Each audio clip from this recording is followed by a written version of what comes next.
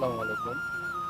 সবার উদ্দেশ্যে আমি ক্ষুদ্র মানুষ হিসেবে একটা কথা বলতে চাচ্ছি, তা হচ্ছে বেকারত্ব নিয়ে।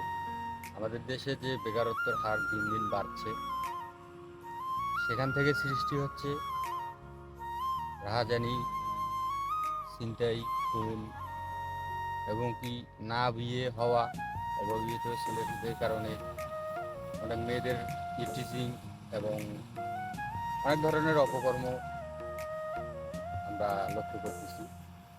তো আমার মনে হয় মূলত বেকারত্ব দূর হলে বাংলাদেশ